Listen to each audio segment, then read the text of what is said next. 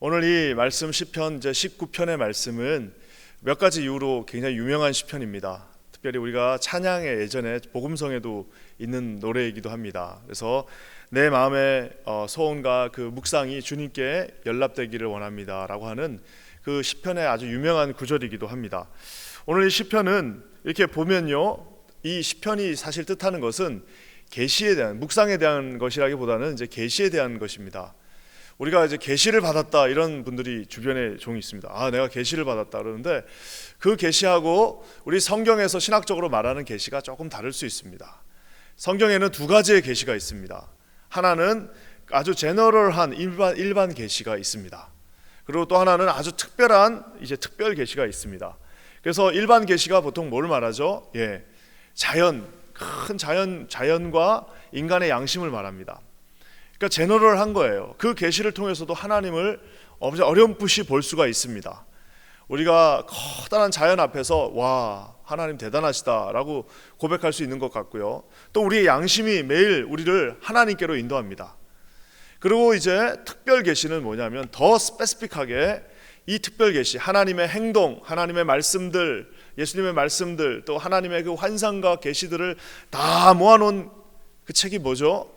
성경입니다. 그 바로 성경 말씀을 우리가 특별 계시라고도 합니다. 그렇기 때문에 사실은 이제 성경 66권이 완전하게 완성됐기 때문에 더 이상 우리에게 특별한 계시는 필요 없다라고도 말할 수 있는 것입니다. 왜요? 성경 한 권이 모든 것을 다 이미 말해주고 있기 때문입니다. 오늘 이 19편의 말씀은 바로 이 위대한 두 가지 계시, 하나는 이 자연 현상에 나타나는 모든 이 일반 계시와 하나님의 말씀을 통해서 나타나는 특별 계시, 이 두 가지를 함께 보여주고 있습니다.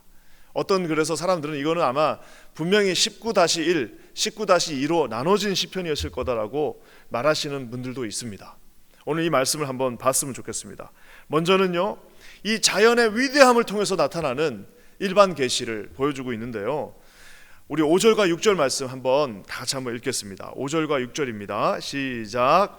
해는 그의 신방에서 나오는 신랑과 같고 그의 길을 달리기 기뻐하는 장사 같아서 하늘 이 끝에서 나와서 하늘 저 끝까지 운행하며 그의 열기에서 피할 자가 없도다. 당시 태양은 이제 다윗이 이 시를 쓸 때 태양은 대부분의 고대 근동, 대부분의 문명 국가에서 신으로 추앙받았습니다. 그래서 대표적인 게 뭐죠? 이집트에 태양신이 있었습니다. 그래서 거기 보면은 이제 태양신이 있었고요. 또 이 동방 쪽으로 와도 우리 일본 같은 경우도 보면 여전히 그 태양신이라고 그러죠. 태양의 그것들을 신으로 섬기는 국가들이 많습니다. 저쪽에 남미 쪽에 아즈텍이나 이런 데 가도 다 태양을 신으로 섬깁니다. 왜냐하면은 가장 크잖아요. 달은 조그만데 태양은 크지 않습니까? 그리고 태양은 눈으로 잘 볼 수가 없습니다. 별과 달은 어떻게 눈으로 한번 볼 수도 있는데 태양은 눈으로 볼 수 없을 만큼 크고 열이 세기 때문에 대부분의 나라들이 태양을 신으로 섬깁니다. 그래서 왕을 태양의 아들, 태양신의 아들이 바로 왕이다라고 이야기하는 많은 것들을 보는데 오늘 성경은 전혀 다르게 그 태양을 보고 있습니다. 아까도 제가 얘기한 것처럼 세상의 많은 나라들이 태양을 신으로 신격화시키는데 오늘 이 성경의 기자 다윗은 그 신격화시킨 태양을 인격화시킵니다. 그러니까 다른 나라에서는 그 태양을 막 신격화시켜갖고 신과 같이 섬기는데 오늘 다윗은 조금은 장난스럽게 그 태양을 의인화시키고 인격화시키는 모습을 봅니다. 저는 이 말씀을 이렇게 보면서 이렇게 표현하면 좀 그렇지만 귀여운 태양의 모습이라고 해야 될까요? 태양을 귀엽게 그렸습니다. 만화같이, 마치 하나의 그 사파를 만화를 그려놓은 것 같이 어떻게 한다고 그랬어요? 태양이 아침이 되면 어떻게 합니까? 아침에 태양이 떴습니다라고 표현하지 않고 다윗이 뭐라고 말합니까? 신방에서 나온 신랑 같아. 아침에 이제 갓 결혼한 이제 남편이 그 이제 집에서 방에서 이렇게 나올 때 그 기지개를 피면서 하면서 그 신방에서 나오는 그 신랑의 모습 같다라고 오늘 표현합니다. 그러면서 이제 하루에 아침에 태양이 뜬 다음에 어떻게 합니까? 그 태양이 하루 종일 이렇게 집니다. 하늘을 보니까 태양이 이렇게 가는 것 같아요. 그러니까 그걸 어떻게 표현하냐면 달리기를 즐겨하는 장사 같다. 하루가 분명히 저기서 저기가 엄청 먼 것 같은데 거기를 어떻게 한다는 거예요? 이 태양이 이제 기지개를 펴고 나온 태양이 하루 종일 달려가는 장사 같다라고 표현하고 있습니다. 이 끝에서 저 끝까지, 즉 아침에서부터 밤까지 태양이 지기까지 열기와 온기가 마치 사람의 손에 있는 것처럼 있다라고, 마치 만화의 한 장면을 그리는 것처럼 다윗이 이렇게 말하고 있는 것을 봅니다. 여러분, 이것은 대단한 표현입니다. 왜? 아까도 제가 얘기한 것처럼 지금 바로 옆에 있는 나라는 그 태양을 신으로 섬기고 있어요.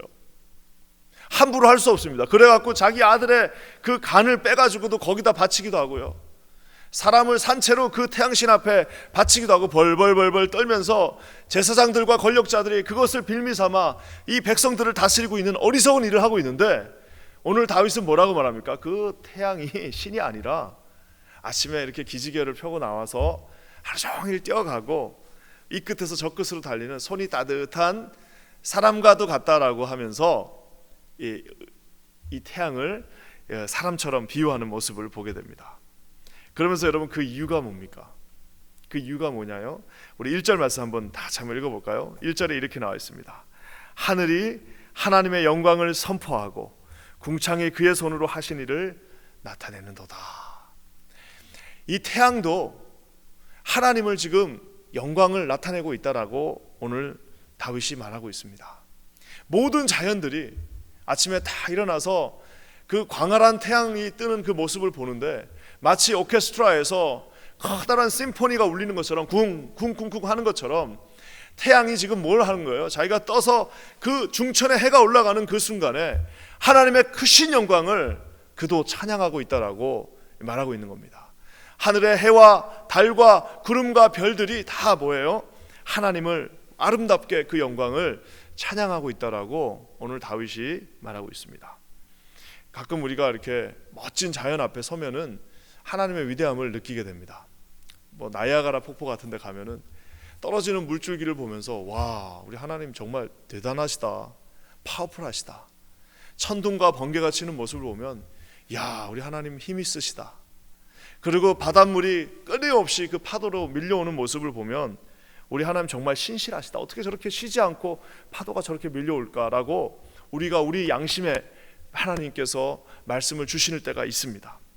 그래서 우리가 잘 아는 찬양도 하나 있지 않습니까? 주 하나님 지으신 모든 세계 내 마음속에 그리워 볼 때 후렴이 어떻게 합니까? 주님의 높고 위대하심을 내 영혼이 찬양한다라고 이야기하고 있습니다.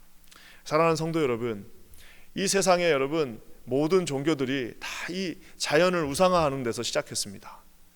큰 바위가 있으면 그 바위에 뭔가 효험이 있다고 그러고, 큰 산을 보면 저 산에 뭔가 신령한 기운이 있다라고 얘기하고, 커다란 그 태양을 보면서 다 신으로 섬겼지만 다윗은 말하고 있습니다. 그들이 존재하는 이유는 하나님의 영광을 찬양하기 위해서다라고 말하고 있습니다. 오늘 사랑하는 성도 여러분, 아침에 새벽 예배 마치시고 나면 공기가 맑습니다. 차들이 많이 안 다니니까 얼마나 공기가 맑은지 모르겠습니다. 나가셔서 기지개를 한번 피시면서 야, 하나님이 이 아름다운 자연을 만드셨구나, 얼마나 요즘 하늘이 높고 파란지 모르겠습니다, 하나님이 이 아름다움을 창조하셨구나라고 선포하시는 저와 여러분 되시기를 주님의 이름으로 간절히 축원합니다. 그러면서 여러분, 이 자연 계시, 일반 계시에 대해서 말한 다윗이 갑자기 이제는 이 말씀에 대해서 말합니다. 말씀에 대해서 6, 7절과 8절과 9절에 대해서 말하는데요, 두 개씩 총 6개로 짝을 져가지고 얼마나 아름답게 말하고 있는지 모릅니다. 우리 7절과 8절 9절인데요, 똑똑하신 분들은 아마 이게 눈에 딱 보일 겁니다. 한번 다 같이 한번 읽어보겠습니다. 시작. 여호와의 율법은 완전하여 영혼을 소성시키시며 여호와의 증거는 확실하여 우둔한 자를 지혜롭게 하며 여호와의 교훈은 정직하여 마음을 기쁘게 하고 여호와의 계명은 순결하여 눈을 밝게 하시도다. 여호와를 경외하는 도는 정결하여 영혼까지 이르고 여호와의 법도 진실하여 다 의로우니. 지금 하나님의 말씀을 다양하게 표현하고 있습니다. 율법, 증거, 교훈, 계명, 경외하는 도, 법, 다 하나님의 말씀을 뜻합니다. 다 똑같은 말입니다. 이것이 시편, 시기 때문에 시는 같은 말을 반복해서는 안 되겠다는 그 법이 있기 때문에 나름대로 다 다르게 표현하고 있지만 결국엔 뭐예요? 다 하나님의 말씀은 하고 있는 겁니다. 그 말씀의 성격이 어떻다고 말하고 있습니까? 완전하다, 확실하다, 정직하다, 순결하다, 정결하다, 진실하다. 하나님의 말씀이 완벽하고 완전하고 순결하고 정직하고 진실해서 도저히 그 말씀에는 거짓이 없다. 하나님의 그 모든 토라의 그 말씀은 완벽하게 하나도 1.1획도 변함없이 우리 삶의 약속으로 아주 정직하게 순결하게 흠이 요만큼도 없어요. 하나도 잘못된 걸 찾을 수 없고, 인간이 글을 썼다면 분명히 오류를 발견할 텐데 하나의 오류도 없이 완벽하게 그 말씀은 진실하다라고 오늘 다윗이 말하고 있습니다. 그러면서 그 말씀에 또 기능이 있어요. 기능이 뭡니까? 내 영혼을 소성시킵니다. 하나님의 말씀이 내 영혼을 소성시키고 우둔한 자를 지혜롭게 한다라고 말하고 있습니다. 아무리 세상에서 공부를 많이 해도 하나님의 말씀이 없는 자는 지혜로울 수가 없습니다. 우리가 비록 좀 이 세상에서 공부가 짧다 할지라도 하나님의 말씀 가운데 있는 사람이 뭐라고 말해요? 우둔한 자를 지혜롭게 말한다. 그래서 교회 열심히 다니시는 분들, 우리 권사님들 이런 분들 보시면 얼마나 지혜로운지 몰라요. 말 한마디 한마디가 와, 저런 생각을 어떻게 할 수 있을까? 야, 어떻게 저런 게 머릿속에서 나오실까라고 생각하는데 그분이 무슨 공부를 많이 해서가 아니라 하나님의 말씀 가운데 평생 있다 보니까 우둔한 자를 지혜롭게 말씀한다고 말하고 있습니다. 그러면서 뭐예요? 마음을 기쁘게 합니다.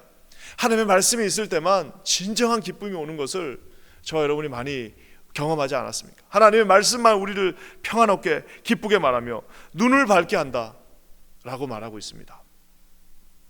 하나님의 말씀이 우리의 눈을 팍 띄워주는 것, 영안이 확 널린다고 그러죠. 하나님의 말씀이 우리 눈을 통하여서 역사하고 계십니다.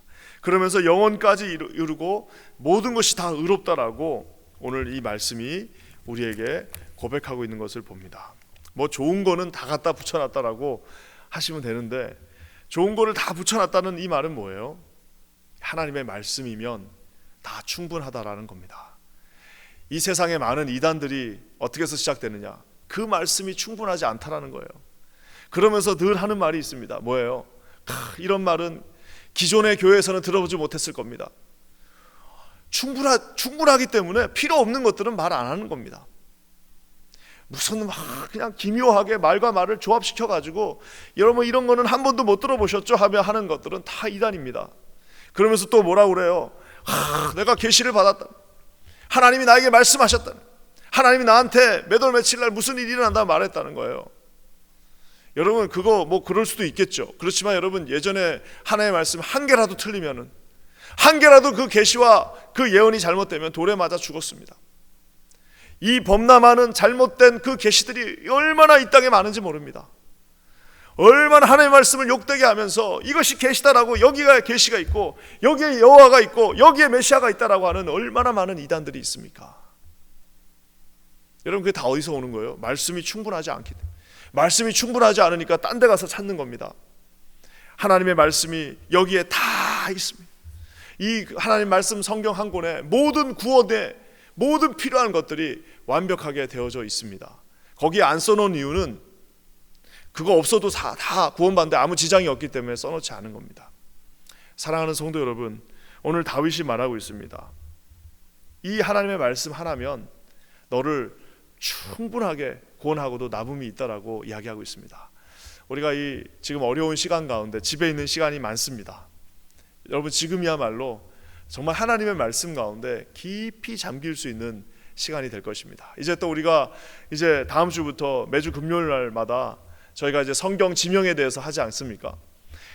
이왕 한번 내가 평생 성경을 볼 거라면 머릿속에 이 지명이 쫙 있으면 성경을 읽을 때 얼마나 쏙쏙쏙쏙 들어오겠습니까? 한 번 정도는 정말 하나님의 말씀에 깊이 잠기는 여러분, 저와 여러분 되시기를 오늘 주님의 이름으로 간절히 축원합니다. 이 사단이 쓰는 방법이 있습니다. 사단은 어떻게 하냐면, 이 자연은요, 아까 제가 얘기한 것처럼 다윗의 눈에 이 아름다운 태양은 하나님을 찬양하는 하나의 자기하고 비슷한 도구입니다. 자기도 하나님을 지금 하프 치면서 찬양하고 있고, 태양은 비록 노래하진 않지만 아침에 뜨고 지면서 하나님을 찬양하는 거예요. 근데 사단은 그걸 어떻게 만들어 버렸습니까? 아주 신격화 시켜가지고 너 태양을 섬겨라. 보이는 태양을 섬겨라. 보이지 않는 하나님 섬기지 말고 보이는 태양을 섬겨라 라고 말하고 있습니다. 그뿐만 아니라 말씀은 어떻게 해요? 다윗은 지금 말씀이 이렇게 완벽하고 꿀송이 같이 달고 이 말씀이야말로 너의 필요한 모든 것을 준다라고 얘기하는데, 사단은 그걸 어떻게 합니까? 아주 그거는 고리타분한 거야. 이거 성경 이거 뭐 90%는 믿을 수 있지만 10%는 잘못된 것도 있어. 아이들 학교 다닐 때는 말씀도 중요하지만 공부를 더 열심히 해야 돼 라고 사단이 우리에게 끊임없이 속삭이게 만들어 놓았습니다. 사랑하는 성도 여러분, 오늘 시편 19편의 말씀을 통해서 자연과 하나님의 말씀의 그 위대함을 보시는 저와 여러분 되시기를 주님의 이름으로 간절히 축원합니다. 다윗이 그것을 봤습니다. 그 자연의 위대함을 보았고 하나님 말씀의 위대함을 보고 나니까 이제는 뭐가 보이는 거예요? 그 위대한 두 가지 일반 계시와 특별 계시를 보고 나니까 이제는 아주 초라하디 초라한, 아주 지저분하기 지저분한 자기 자신이 그때는 보이기 시작하는 겁니다. 사랑하는 성도 여러분, 누가 하나님을 만날 수 있습니까? 하나님의 위대함을 본 사람이 인간의 초라함을 볼 수가 있습니다. 한번 우리 말씀 볼까요? 12절과 13절. 그 위대한 자연과 위대한 하나님의 말씀을 보고 나니까 다윗이 자기 자신에게 이렇게 고백합니다. 한번 다 같이 읽겠습니다. 시작. 자기 허물을 능히 깨달을 자 누구리요? 나를 숨을 허물에서 벗어나게 하소서. 또 주의 종에게 고의로 죄를 짓지 말게 하사 그 죄가 나를 주장하지 못하게 하소서. 그리하면 내가 정직하여 큰 죄가에서 벗어나겠나이다. 위대한 하나님의 그 자연과 위대한 하나님의 말씀을 다 보고 나니까 아까 제가 얘기한 것처럼 이제는 비록 왕이었지만 자기 자신의 죄악들이 보이기 시작합니다. 어두운 곳에서, 침침하고 어두운 곳에서, 음침한 곳에서 보이지 않던 죄악들이 밝은 정오의 태양빛 앞에 내려 나오니까 요만한 티까지도 다 보이는 겁니다. 사랑하는 성도 여러분, 우리 개혁주의 신학자들이 뭐라고 말합니까? 여러분의 죄가, 회개하는 사람들의 특징이 뭐냐면 그 사람들이 더러워서 회개하는 게 아닙니다. 더러워서 회개하는 게 아니라 그 밝은 태양빛 같은 예수 그리스도 앞에서 자기 죄악들이 정말 요만한 것들도, 요 전만한 것들도 다 드러나니까 도저히 그 앞에 서 있을 수가 없는 겁니다.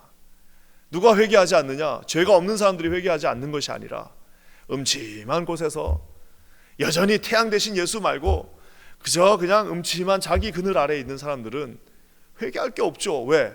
회개할 게 없습니다. 왜요? 보이지가 않으니까요. 그 숨어있는 죄악들이 보이지가 않습니다. 자기는 떳떳하다고 그럽니다. 난 당당하다. 난 법 없이도 살 수 있다. 법 없이 살 수 있는 사람이 어디 있습니까? 안 들키니까 사는 거죠. 법 없이 살 수 있다라고 말합니다. 감히 하나님 앞에서 내가 무슨 죄를 졌냐라고 얘기합니다. 왜? 태양 대신 그 밝은 예수 그리스도, 그 하나님의 말씀이 모든 것들을 다 죄악 가운데 있다라고 말한 그 말씀을 무지하기 때문에 그렇게 말하고 있는 것입니다. 사랑하는 성도 여러분, 오늘 다윗이 참 특별하지 않습니까? 그 아름다운 일반 계시의 자연과 그 완벽한 하나님 특별 계시의 말씀을 다 보고 나니까, 위대한 말씀과 위대한 자연을 보고 나니까 초라한 자기 자신이 확연하게 보이고 있는 다윗의 모습을 보고 있습니다. 오늘 이 참 표현이 참 그렇습니다. 숨은 허물. 허물이 왜 안 보이겠습니까? 허물은 좀 아파야 되잖아요. 좀 허물 이렇게 보여야 되잖아요. 숨어 있다라고 얘기하고 있습니다. 왜요? 밝은 태양 아래 악이 없기 때문에, 내가 그 완전하신 율법 가운데, 하나님의 말씀 가운데 서 있지 않기 때문에 그게 죄가 죄인지도 모르고 사는 수없이 많은 사람들이 우리 가운데 있습니다. 사랑하는 성도 여러분, 죄가 나를 주장하지 못하게 하소서.